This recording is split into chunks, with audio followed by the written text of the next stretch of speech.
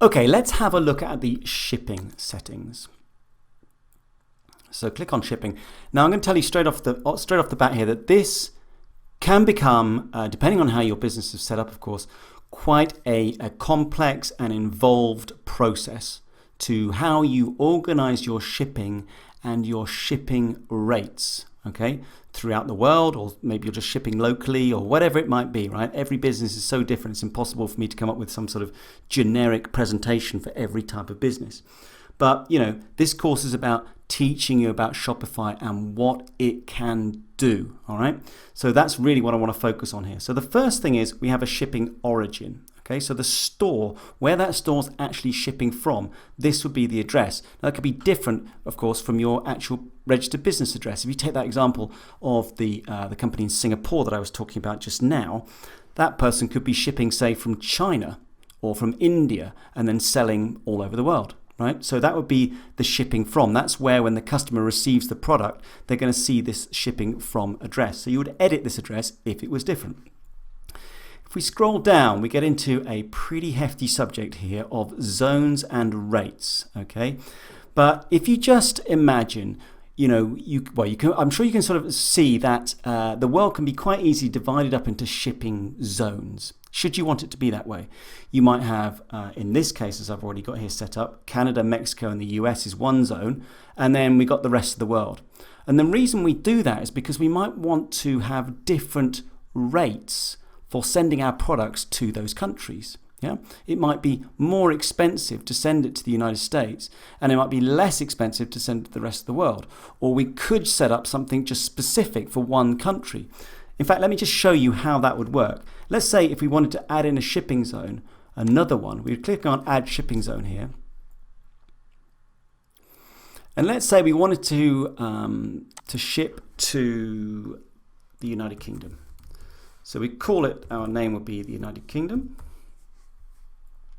And then we're going to add some countries. Now, in this case, it would just be one country, the UK, but you can see how you would build that up. If our shipping zone was, Europe, we'd be adding in a lot more countries.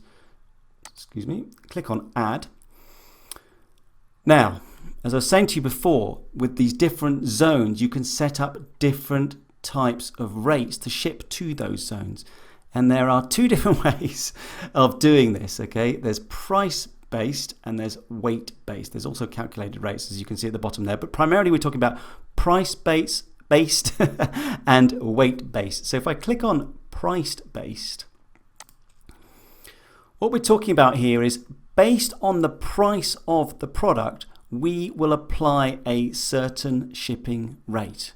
Okay, we can do this for a whole range of prices. So we might say something like, okay, from $0 to $10, the price for shipping is going to be $2.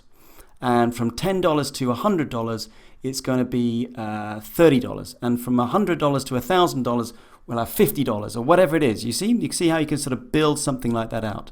And you can also see, as you see here, there's the option to have a free shipping rate, where you can actually basically just say, okay, there is no shipping, or you absorb it ultimately in the cost at the end of the day. But you can see, I hope, how you can set up, in this case, a price-based rate for the UK. Now, similarly, with weight-based rates, we can do similar stuff, yeah, based on the weight of an item. If we're shipping something fairly heavy, then we would be setting up appropriate shipping rates to reflect that. So if we're shipping something that weighs a kilo, excuse me, I just talk in the metric system for the moment, we might want to charge $5. If we're shipping something from 1 kilo to 10 kilos, we might want to charge something extra. All those things are going to be worked out, in the business as to how much you're actually going to be charging, and it's all going to be entered here, because then the whole system later on down the road is going to take care of it as people order off your site or off the person's site.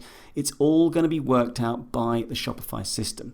So this is what I'm saying about settings. You need to focus on this in the beginning with your business so that you can set all this kind of stuff up properly.